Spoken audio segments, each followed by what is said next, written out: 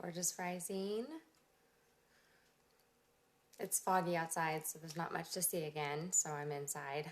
And I just spilled my cup of coffee this morning, so I have to make a second cup of coffee. It's going to be a long day. What I wanted to talk about on here today is I had shared it in my stories regarding my journey of yoga, and I think that there's a lot of people that might be in their beginning stage of yoga, even in the middle of their yoga journey. And I always feel like when I share this type of stuff, it can call out to those that maybe feel the same way as I did.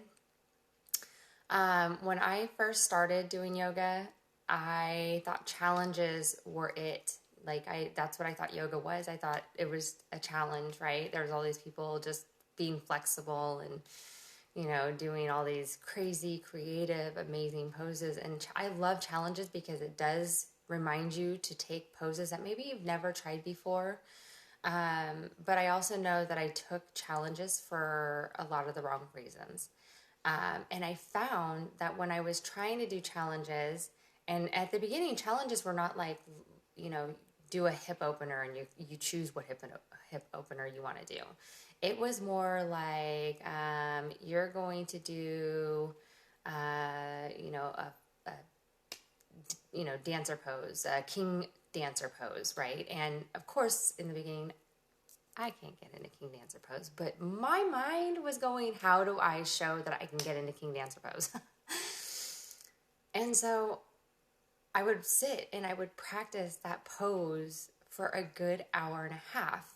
And so practicing that pose for a good hour and a half, like I was overwhelming my whole body trying to get myself into this king dancer pose. And this is why I'm sharing this, is that sometimes with the challenges, we push ourselves harder than what we actually need to do. We end up almost injuring ourselves. We almost end up, maybe we're not even working out the one other side that we should be working out on. So one thing that I've learned in my yoga journey is do not focus on one side of your body. I'm a right. I do everything on the right side. A lot of my videos, if I go back to the years when I first started all the way through my second year, I focused my videos on doing everything on my right because I could do it really well. And then I would skip the left. And so you wonder how your body can kind of go out of whack, out of, alignment, because your focus is so heavily on a one side. And that means that you're stretching muscles and stretching joints and doing all of these motions on one side of your body, while the other half of your body is completely being ignored. So for the challenges, if you do a lot of challenges, recommendation is do the pose on your good side and feel free to post whatever pose looks the best or that whichever one you want to do.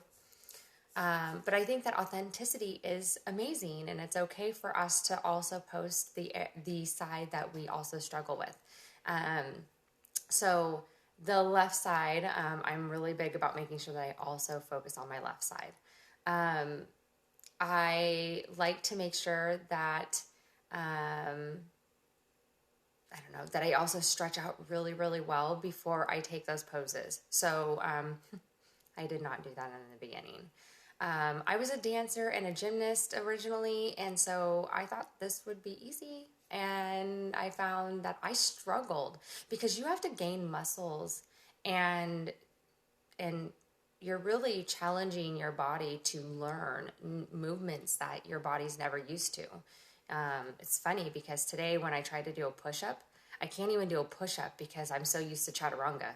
And so for me, if someone told me to chaturanga 20 times, I could chaturanga 20 times. But if it comes down to doing push-ups 20 times, you could forget it. I cannot do 20 push-ups.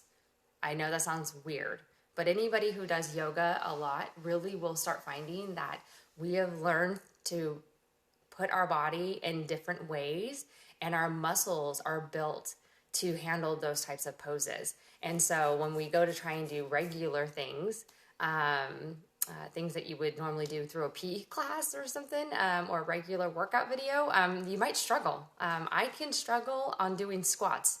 I can hold a chair pose really long. Doing squats sucks. So start realizing that when you're doing your challenges, stretching out is really important before you do your challenge pose.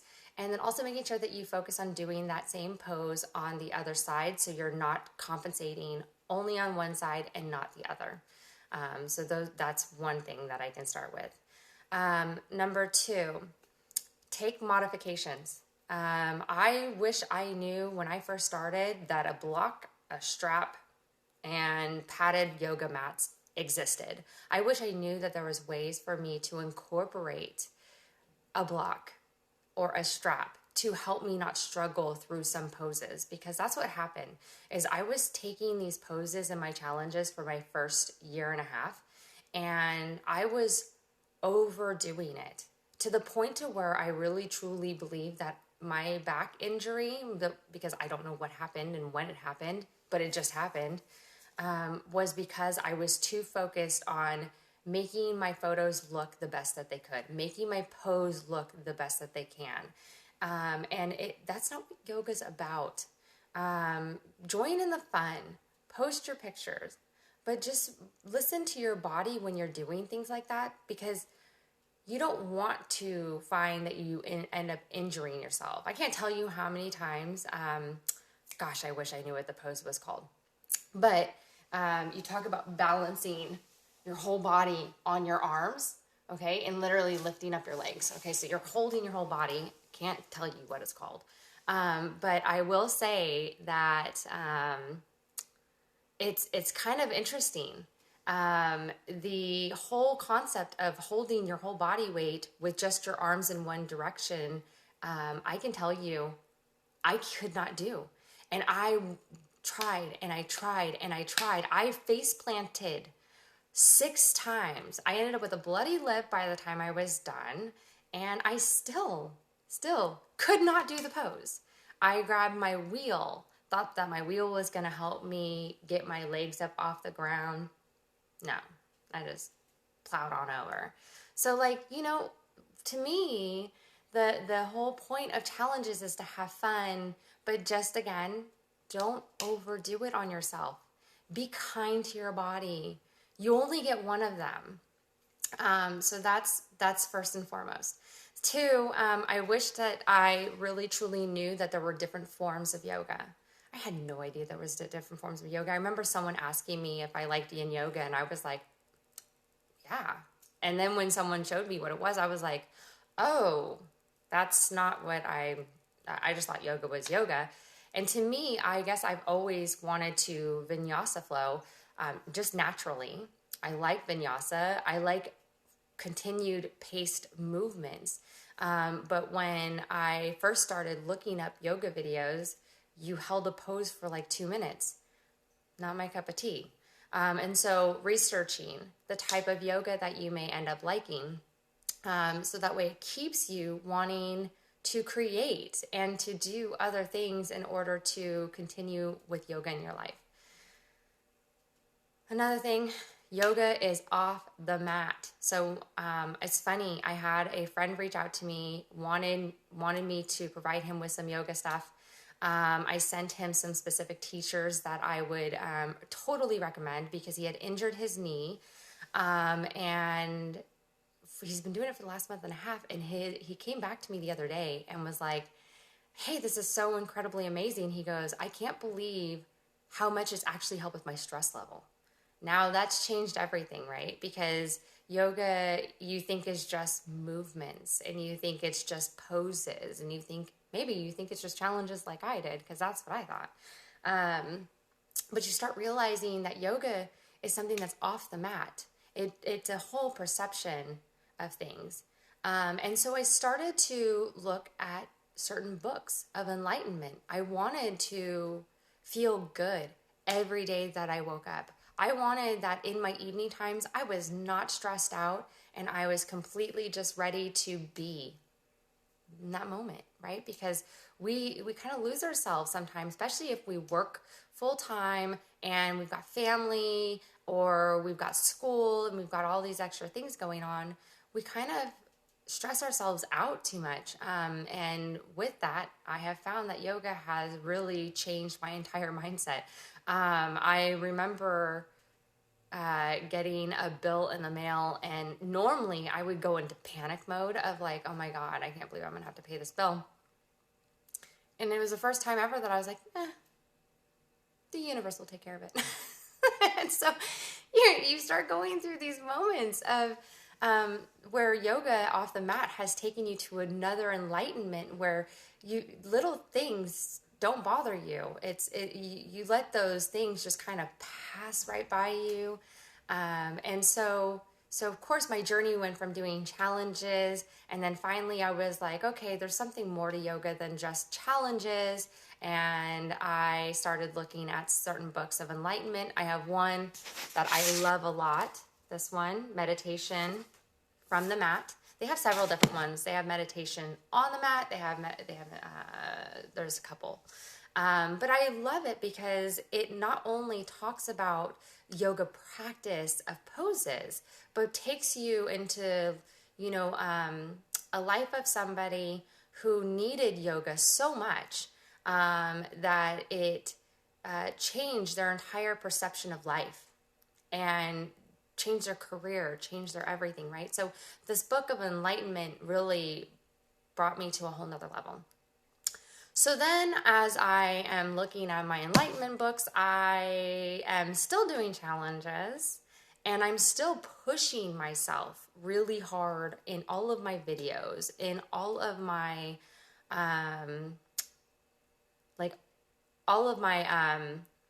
poses and stuff, right? I'm overwhelming myself. I'm overwhelming my body. And then I get injured. I get a glute pain that I've never had in my entire life. And I thought I tore my glute in the end, but I didn't. It wasn't a tear in my glute. In the end, it ended up being sciatica. I would have never known that was sciatica. But I mean, I cried, I wailed in pain. I remember trying to take poses that I could do already really well. I loved doing sugarcane pose, and I couldn't even do a forward fold because the glute was so pained tight. It was ridiculous.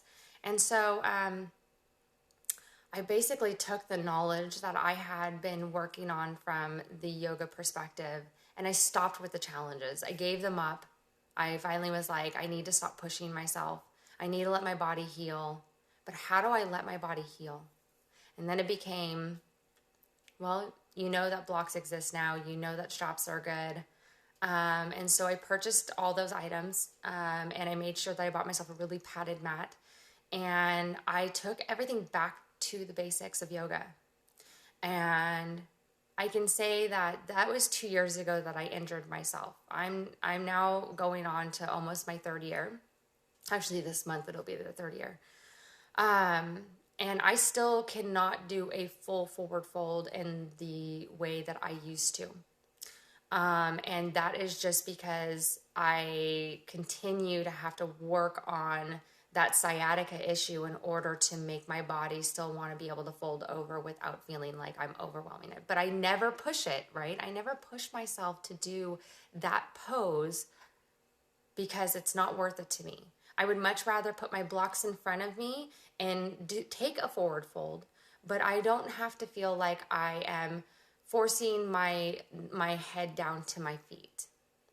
And so, kind of just take a little bit of that with you. If you know others that have started yoga and you are a yoga practitioner for a while, or you are a yoga teacher, I highly recommend giving pointers on modifying. There are a lot of other poses that I have a hard time doing that others can do really well, and I love watching people be able to do these poses. But a lot of the twisting poses, the revolving poses, require me to put a block in front of me, and that's okay. I think that using a block when you're doing revolving poses is perfectly natural. We have to remember that our arms are not all the same length. Our legs are not all the same length. Our torsos are not all the same length. So for us to reach and do things in certain ways, sometimes a block or a strap is absolutely necessary. So for me, again, third year, injure myself, going back to the basics, bringing down and starting to use blocks, straps, everything to get myself to my next part of my journey. And then we get where we have to stay in our homes, and I'm working full time and I'm at my computer nonstop. And so I decide, well, this is the perfect opportunity for me to go and get my teacher certification. And so I apply and I go through the whole course.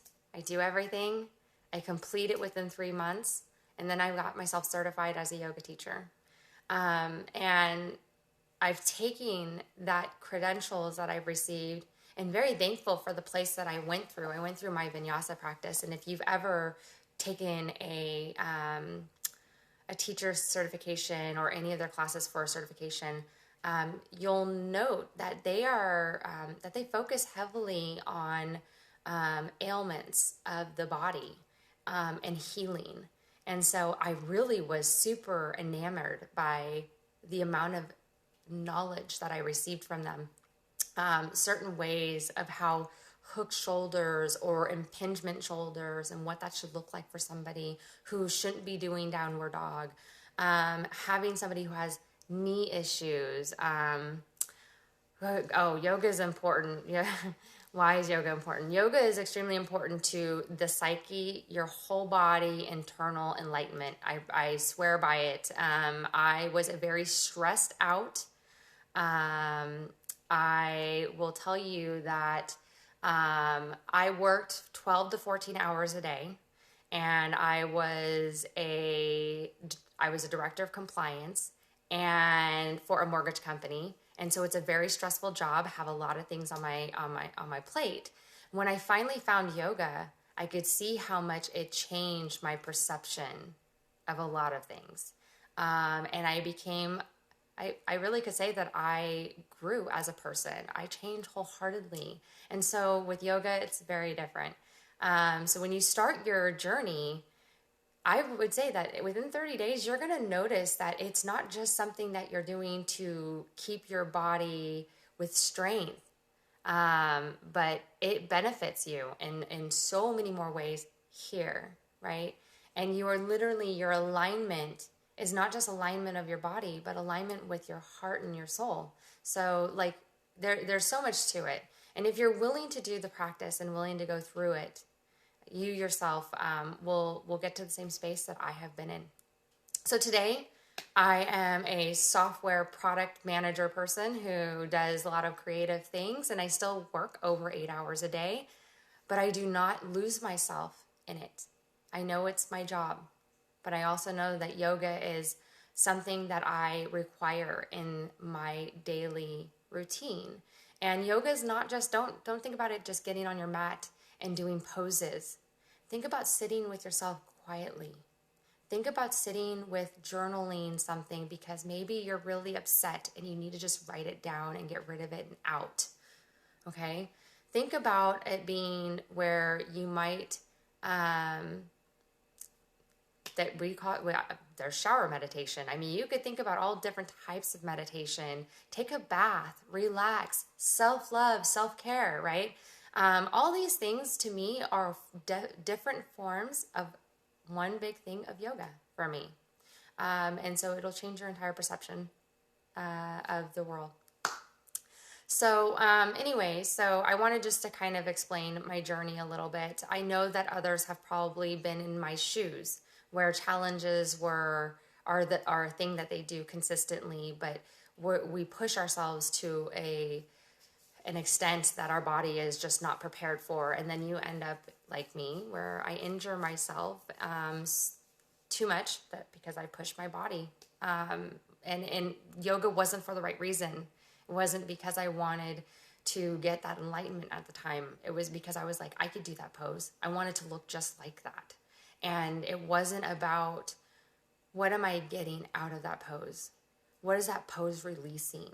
What do I feel after I take that pose? It's so completely a different journey when you transition the why and what this pose does for me, instead of it being something where I'm just taking a pose. All right, guys. Today, I am much better than I have ever been. I still have, like I said, I still have my sciatica issues, but I know what extent I can take it to. And today, I end up taking my teacher certification and I apply it to doing modified classes. So I want to be able to teach my grandfather. I want to be able to teach my mother and my father and my sisters and my brothers and the people that I know are not yoga enthusiast, right? But people who I know should have yoga in their life, and I want to find a way to let them take those yoga poses so they can get to the point to where I have gotten in my life, in my enlightenment as well. And that is basically what I think I've been put here to do. So I truly appreciate you guys joining me today. I had a lot of you on here today, and I had several of you guys who wanted to join my live, and I'm sorry that I didn't want to include you, but I do have to work today, so I wanted to come on here quickly and provide some details of the story that I posted. But thank you so much. I hope you guys have a beautiful day. I now have to go make myself another cup of coffee because I spilled it. I cannot believe I spilled my cup of coffee. But you know what? This is what enlightenment does to you. I laughed about it, I cleaned it up, and the next thing I know is I'm like, I could just make another cup of coffee, no big deal. So you guys have a gorgeous, gorgeous day.